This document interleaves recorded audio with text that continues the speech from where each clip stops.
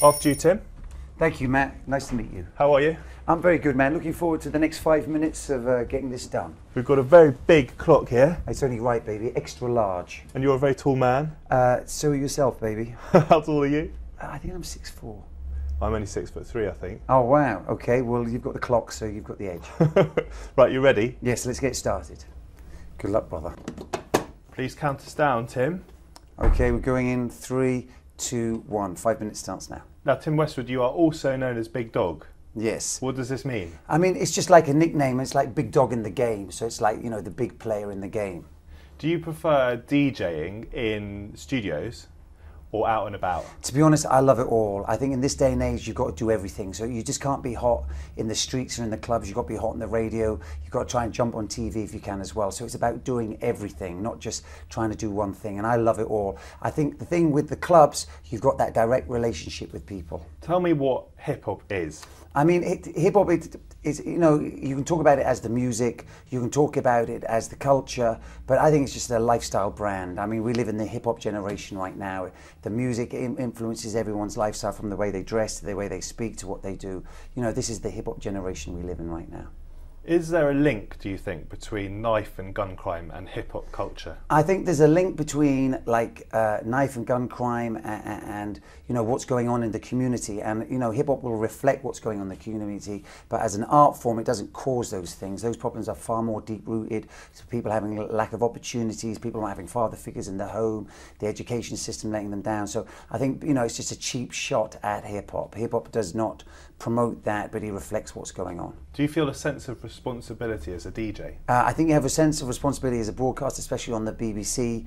So you have things like editorial guidelines of, you know, what can be played, what can't be, what is appropriate, and to meet our audience expectations. How did you get into hip-hop yourself? I mean, I was a DJ at the time in clubs, and when hip-hop started, because I've been doing this since I was a kid, I could just see the power of this music. This music I just fell in love with a passion. This was my life. This defined who I was. So, you know, I could see it coming. I mean, I could see it, the most powerful music in the world.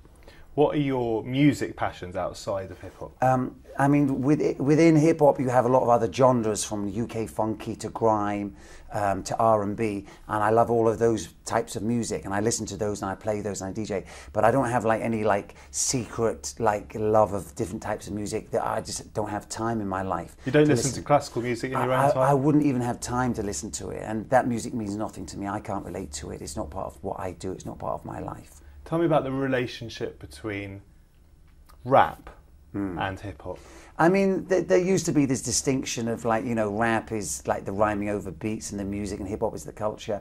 You know, it's all hip-hop, it's all rap. This is, you know, this is what we live in now. What sort of state is hip-hop music in at the moment, in the UK? I mean, in the UK, it's achieving a lot of commercial success, and there's a lot more opportunities there, and they've actually been created by new media. You know, people can put up their YouTube videos, people can get their music out through MySpace and download links on Facebook and Twitter and build up fan bases like that. And so I think, you know, this new media really suits new artists to get exposure and promotion, and it also suits the established artists as well. So it's a new relationship.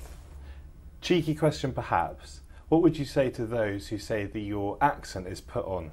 I mean, this is how I speak, this is who I am. I've been doing it for 25 years or whatever. It's like, I don't know, I don't even know I've got an accent. Do you see yourself being a DJ when you're in your 70s or 80s? I think as long as I'm relevant and connect and people want to hear what I do and are part of that, but I would never give this up, even to the day I'm done. You know, even if I'm not in the radio, I'd still want to be in clubs doing what I do. And I think, you know, there's generations upon generations of young people who've grown up listening to me.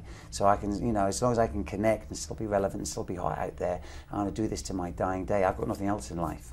Let's talk a little bit about your background. Your father was an Anglican bishop.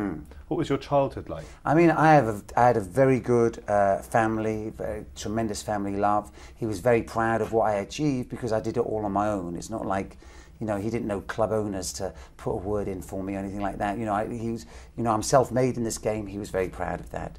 I came from a really good home, a really supportive, loving home, and that's, you know, made me the person I am today. So I'm very grateful to my father for, you know, the things he taught me, and he also, you know, taught me a lot of qualities that I hold very dear to me, like respect and compassion.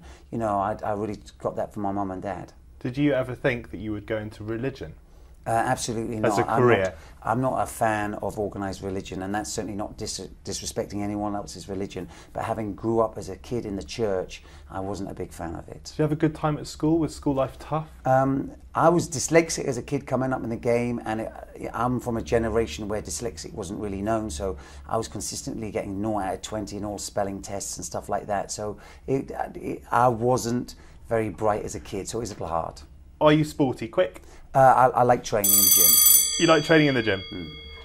Very good to meet you. Thank you, man. I enjoyed it very much, man. That was a quick 5 minutes, and I appreciate your time.